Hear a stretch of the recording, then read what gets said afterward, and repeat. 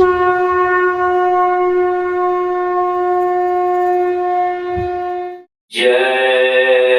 गुरुदेव। गुरुदेव। जय गुरुदेव। जय गुरुदेव।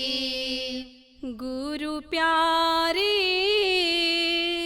सुनो एक अरज मेरी। गुरु प्यारे सुनो एक अरज मेरी। जब से दर्शन पायो तुम्हारा, चरणन में रहे सूरत अड़ी। जब से दर्शन पायो तुम्हारा, चरणन में रहे सूरत अड़ी। मन भी मोह रहा दर्शन में, नैनन में छवि रहे भरी। मन भी मोह रहा दर्शन में, नैनन में छवि रहे भरी। पर बिन दर्शन शब्द स्वरूपा, मन और सूरत ना शांति धरी।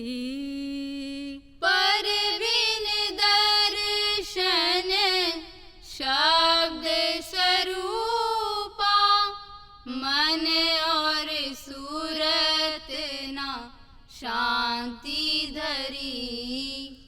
मेहर से देव अंतर दीदारा, चिंता विपदा सकल हरी। मेहर से देव अंतर दीदारा, चिंता विपदा सकल हरी। तुम्हारी दया का वार न पारा, अब क्यों एती देर करी। तुम्हारी दया का वार न पारा, अब क्यों एती देर करी। हे दयाल मेरी अर्जी मानो, मैं हट कर अब चरण पड़ी। हे दयाल मेरी अर्जी मानो, मैं हट करे अब चरण पड़ी। सतगुरु स्वामी परम उदारा,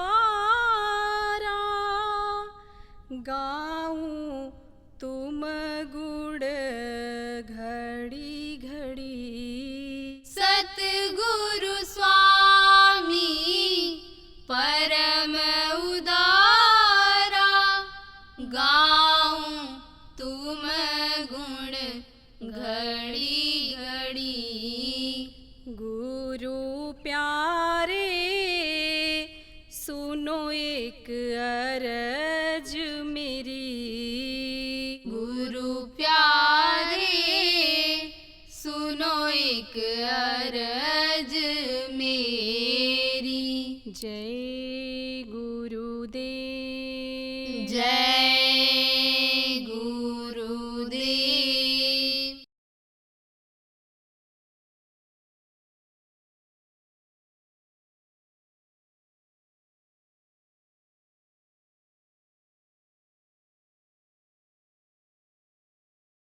देखो, त्याग में सुख है, भोग में सुख नहीं। जब महात्मा जी थे, महात्मा कैसे बनते थे? उस समय पर लोग घर को जब छोड़ते थे, तब जिस काम के लिए छोड़ते थे वो काम अपना बना लेते थे, सिद्धि हासिल कर लेते थे, लक्ष्य जो बनाते थे। ऐसे जब हम विरक्त हो रहे हैं तो हम किसी काम में लगेंगे। तो महात्माओं का काम क्या होता है? महात्माओं का काम होता है, पहले अपना काम बनाओ, अपनी जीवात्मा का कल्याण का रास्ता प्रशस्त कर लो, और उसके बाद दूसरों को बताओ। तो जो आने समय जो उस काम में लगता है वो तो होता है महात्मा। तो पहले के समय में महात्मा होते थे लोग, आज बहुत कम इक्का दुक्का इस तरह के मिलेंगे। तो जब निकले, जगह जगह जाते, बताते, समझाते, उपदेश करते। जो सच्चे गुरु, सम्राट गुरु, जो संत होते हैं, लोक और परलोक दोनों बनाने का काम लोगों का करते हैं। शाम को जहाँ शाम होने को हुआ रुके, तो गांव में पहले के समय में, कस्बों में भी, शहरों में भी एक जगह इकट्ठा हो करके लोग मालिक को याद करते थे, अपने अपने तौर तरीके से ही सही। तमाम देवी, तमाम देवता, लेकिन जहाँ जिस देवी का, जिस देवता का प्रचार हो जाता था, लोग उनको मानने लगते थे, तो उनको बराबर याद करते थे। इकट्ठा में जाते थे, महात्मा जी समझाते थे, लोगों को बताते थे, और फिर वहीं पर भोजन विश्राम कर लेते थे। पहले के समय में कोई भी जब घर से निकलता था तो उसको फिक्र नहीं रहती थी कि हम कहाँ खाएंगे, कहाँ सोएंगे। किसी के यहाँ पहुंच जाता दरवाजे पर, वो रोटी खिलाता, सोने की जगह देता, खुश हो जाता। बगैर बुलाए मेहमान आ गए, मेहमान नहीं भगवान आ गए, इनका स्वागत सत्कार उसी तरह से होना चाहिए। ये लोग गृहस्थ धर्म समझते थे। और जो विरक्त हो जाता था, उसको जब देखते और खुश हो जाते कि हमको सेवा का भी मौका मिलेगा और इनसे कुछ शिक्षा भी मिलेगी, इनकी सेवा का हमको कुछ फल भी मिलेगा, बहुत खुश हो जाते थे। तो उनको तो कोई फिक्र रहती ही नहीं थी। जब गृहस्थों को नहीं रहती थी तो फकीरों को, महात्माओं को क्या फिक्र? उनके तो सब बच्चे होते हैं, उनका तो सब घर अपना होता है। तो घूमते हुए जा रहे, शाम होने को हुआ, तब सोचे कि भाई चलो कहाँ रुका जाएगा, तो देखा जाएगा। दिखाई पड़ा दूर एक ऊंचा सा मकान। बोले लगता है कोई ये जागीरदार जमींदार या कोई राजा महाराजा का घर है। सफेद रंगा हुआ है, चमक रहा है। तो उसकी तरफ चल पड़े, वहां आबादी होगी।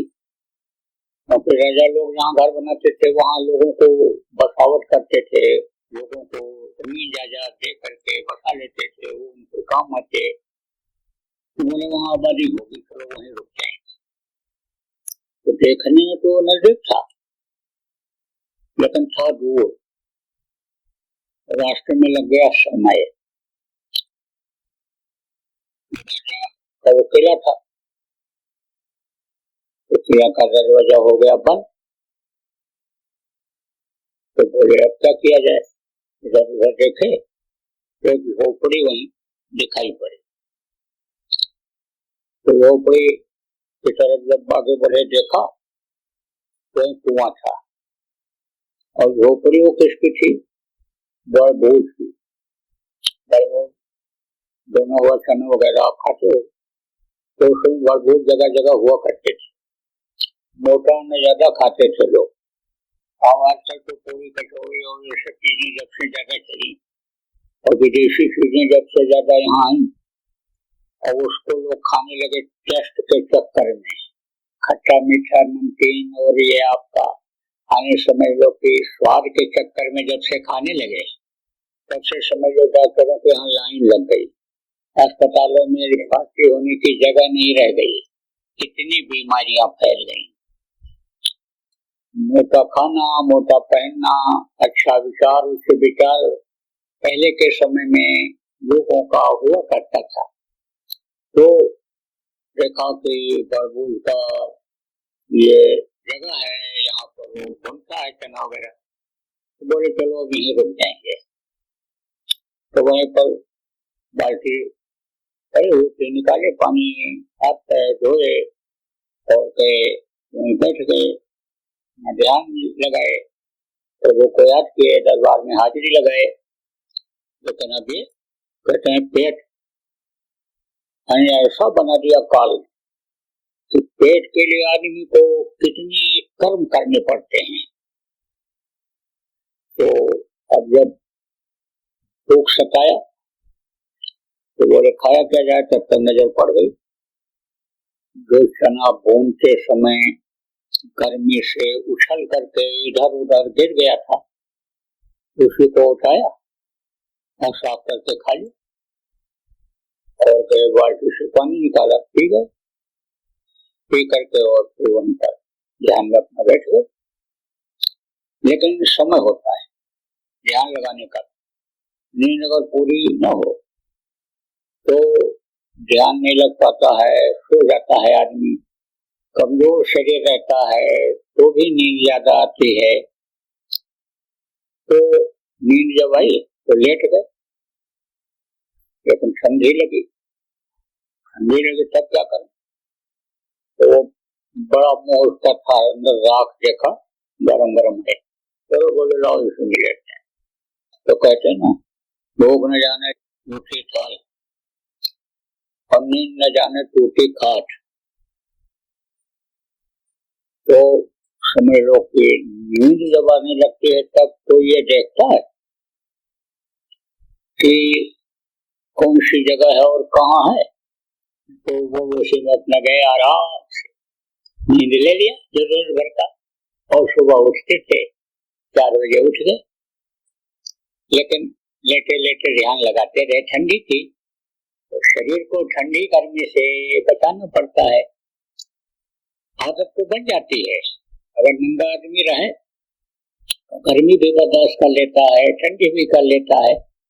देखो ठंडी में कान में बांध लेते हो, लेकिन नाक में कहाँ बांधते हो, नाक खुला रहता है, तो ये आदत बन जाती है।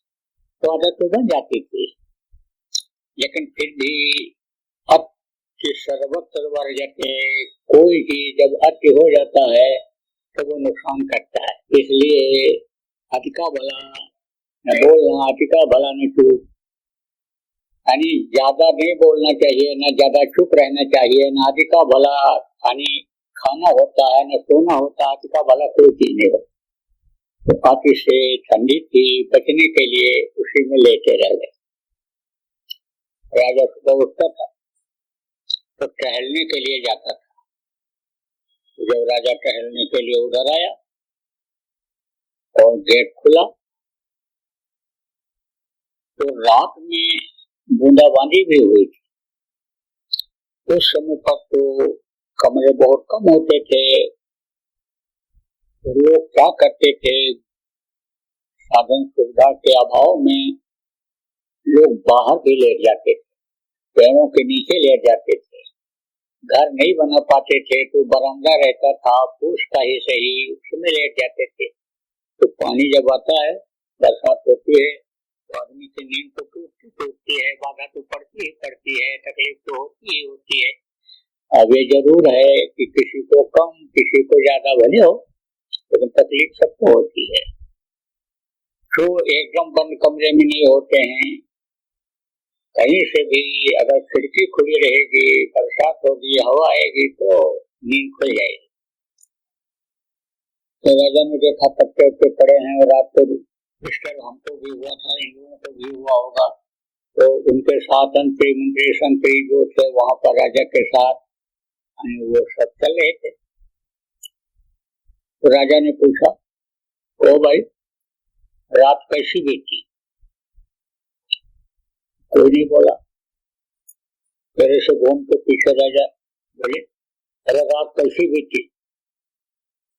बहुत से लोग तो समझ ही नहीं पाए राजा पूछ क्या रहा है। अब राजतंत्र में क्या था?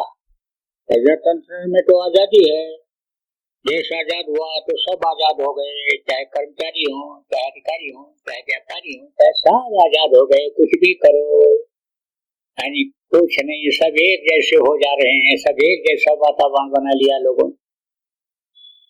तो उस समय पर राजा के खिलाफ भी लोग नहीं बोलते थे।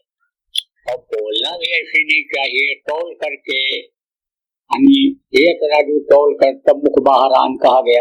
अंदर में जो बोलना है उसको तौल करके तब बोलना चाहिए कि ये यहाँ पर सही उतरेगा कि नहीं उतरेगा, बराबर जिसको कहते हो बराबर है, यानी ये बराबर उतरेगा कि नहीं उतरेगा।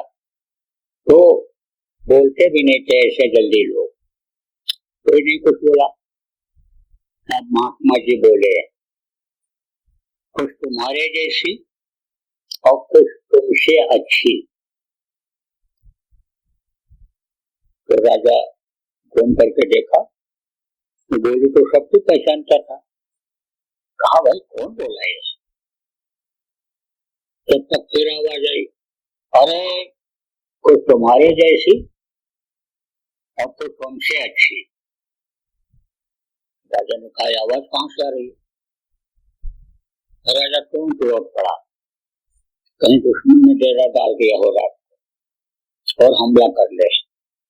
लेकिन सिपाही जो थे साथ में, सिपाहियों से कहा देखो पता लगा कौन है, कौन बोला, पता लग रहा है तो हमारे सामने लाकर पेश करो।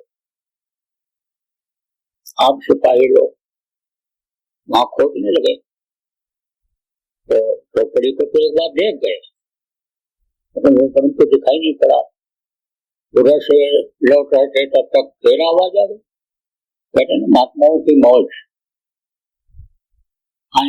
जो होती है उसको कहते रहते, बोलते रहते, उसमें भी भला रहता है। राजा का उसमें भी भला था। तो फिर बोले, अरे कुछ तुम्हारी जैसी और कुछ तुमसे अच्छी रात बेटी। तक आवाज बाहर निकली, तो देखा जा करके सिपाहियों ने, अरे तो बाहर के अंदर से आवाज आई है। अब उस बच्चे के अंदर कहा कौन है, आवाज लगाया। अरे बोले मैं हूँ यार, मैं देख लू बात। क्यों निकले? राजा का हुक्म है, आपको राजा के पास करना पड़ेगा। बोले मैंने गलती क्या किया? और बोले ये सब हम कुछ नहीं जानते। और चलो निकले, तो महात्मा वेश में थे, कुछ बोले नहीं, सम्मान के साथ ले गए उनको। ऐसे वैसे कोई होता तो थप्पड़ भी लगाते, शंका होती गलत आदमी है तो कुछ भी करते। उनका काम ही यही है शक्ति बरतना, शक्ति न बरते अगर ये लोग सुरक्षा वाले तो भी नुकसान हो जाए। ले गए सम्मान के साथ। राजा ने भी देखा भाई महात्मा सम्मान के साथ बैठाया, लेकिन ये सवाल किया राजा ने कि आपने सुबह ये कहा कि कुछ तुम्हारी जैसे कुछ तुमसे अच्छा रात बीता। तो यहाँ मैंने कहा जब कोई नहीं बोला तब बता दिया। तो कहा कि कैसे? कहा एक रात राजा तुम्हारी बीती और एक रात मेरी बीती। कुछ तुम्हारी जैसी मेरी रात बीती तुमसे अच्छी मेरी रात बीती। बोले महाराज जी इसको समझाओ। तो महात्मा जी ने कहा देखो राजा, आपने भोजन खाया, बोले खाया, कई तरह का आपने खाया, हर तरह का भोजन आपने खाया और पेट के अंदर गया? बोले हाँ गया। तो कहा भोजन खाने के बाद आपको कुछ पता चला क्या खाया हम? खाते समय उसका स्वाद मिला, लेकिन पेट के अंदर जाने के बाद कोई स्वाद मिला? नहीं मिला। बोले सुबह जब आप मल त्याग करने गए, शौच के लिए गए, तो भी आपको कुछ पता चला सुगंधी का कि हमने सुगंधित भोजन खाया था? बोले कुछ नहीं। बदबू जैसा निकला, जैसे रोज निकलता था वही बदबू रही। तो बोले कि मैं चना खाया जो बना हुआ पड़ा था, और पानी पी करके और पेट की भूख को मिटा करके और मैं भी सो गया। मुझको भी नहीं पता चला कि मैं भी क्या खाया। और मैं भी जब सुबह गया तो मेरा भी उसी तरह बदबू जैसा निकला। आपका न खुशबू निकले, बदबू ही बदबू निकला लोगों का, दोनों का। इस तरह से रात मेरी भी थी और मैं मुलायम राख पर सोया और आप मुंह पे गड्ढे पर सोए। सोने के बाद राजा आपको पता चला कि आप कहाँ सोए हो? मुझे नहीं पता चला। मुझे भी नहीं पता चला सोने के बाद। तो आप जैसी मेरी भी रात सोने में भी थी, खाने के बाद उसी तरह से मुझे भी तृप्ति हो गई, मेरा भी पेट भर गया, नींद आ गई और आप भी खाए, आपका भी पेट भर गया। तो आप जैसी कुछ रात बीती और सुबह आप भी उठे। सुबह उठने का उस समय लोगों का नियम था, स्वास्थ्य के हिसाब से भी सूरज निकलने से पहले बिस्तर छोड़ देना चाहिए। यानी समझो सूरज निकलने के बाद हवा में गर्मी आने लगती है, वातावरण गर्म होने लगता है, वो जो प्रातः काल की वायु है फायदा करने वाली, वो लोगों को नहीं करती है। इसलिए सुबह जल्दी लोग उठते थे, चाहे राजा हो चाहे प्रजा हो, महात्मा तो उठते ही उठते थे। तो आप समझो प्रेमियों की यानी राजा भी उठे तो और भी उठे, लेकिन राजा को क्या चिंता हुई राजकाज की, आज का काम कहाँ होगा, कैसे होगा, क्या हिसाब किताब होगा, किसको कहाँ भेजा जाएगा, क्या होगा। और महात्मा जी अपने भजन में लगे थे, भक्ति में लगे हुए थे। तो महात्मा जी ने कहा देख तेरे से रात मेरी इसलिए अच्छी बीती कि सुबह होने के बाद रात खत्म होती है और रात तब तक रहती है जब तक अंधेरा रहता है। तो जो चौथा पहर रात्रि का था वो तुम्हारे से मेरा अच्छा बीता। तुम तो राजकाज के काम में, दुनिया के काम में मन को लगाए, जो दुनिया की चीज जाने वाली नहीं, साथ में है नहीं, न तो प्रजा आपकी जाएगी, न धन जाएगा, न महल जाएगा। तुम तो प्रजा को सुखी रखने, सम्मान के लिए अपने समय को लगाए और हम यानी अपने आत्मा के कल्याण में समय को लगाए तो आपसे अच्छी बीती। प्रेमियों उसी समय राजा को ज्ञान हो गया और राजा उपदेश का प्रार्थी हो गया और राजा बात को समझ गया और महात्मा से फिर अर्ज कर लिया, महाराज अब बताओ कि हमारा जो बना हुआ है स्थान राजाओं के बीच में मान सम्मान और हमारे पास जो प्रजा की व्यवस्था को चलाने के लिए धन है, इसमें कमी ना होने पाए और हमारा मन अब उधर लग जाए। मौत याद आ गई। मौत आदमी को जब तक याद नहीं आती है तब तक वो यानी शरीर के लिए ही सब कुछ करता रहता है और मौत जब सामने खड़ी हो जाती है तो सब भूल जाता है। फिर तो वो यही सोचता है भाई आगे क्या होगा, शरीर छूटने के बाद फिर क्या होगा। तकलीफ जब शरीर में आती है तब समझो कि मालिक याद आने लगते हैं, तो बहुत ज्यादा भेजा जाता है। और भाई ये सब छोड़ना भी है आपको। थोड़ी देर का ही उपदेश किया महात्मा जी ने और चरणों पर के पड़ा, बोला रास्ता बता दो, तो रास्ता बताया और राजा भजन करने लगे।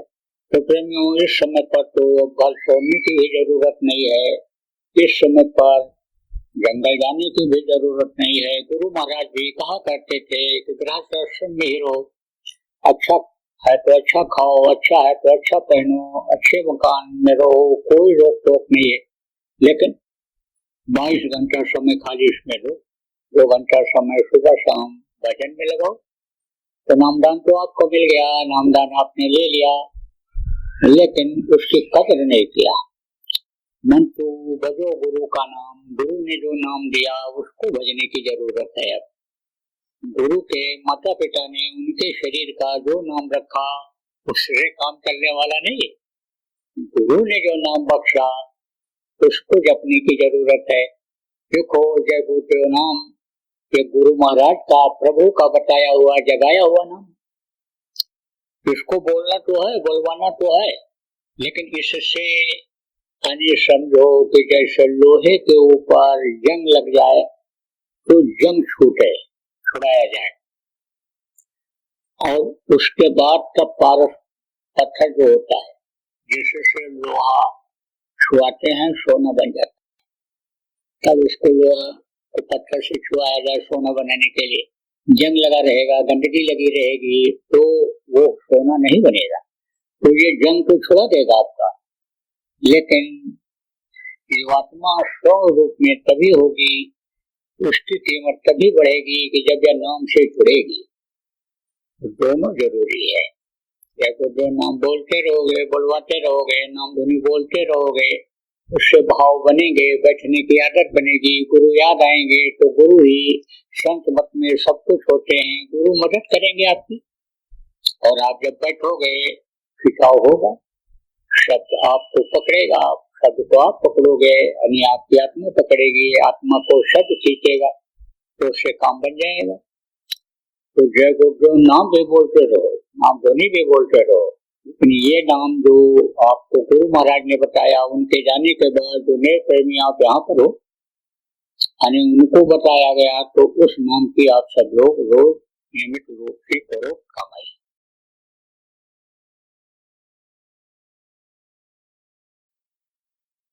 जो दुनिया और दीन दोनों बनता है, धन पुत्र परिवार में बढ़ोतरी होती है, मानसिक कष्ट भी दूर होता है, आर्थिक कष्ट भी दूर होता है, मानसिक कष्ट दूर होता है, शारीरिक कष्ट दूर होता है। इन्हीं में मिल जाएंगे आपको।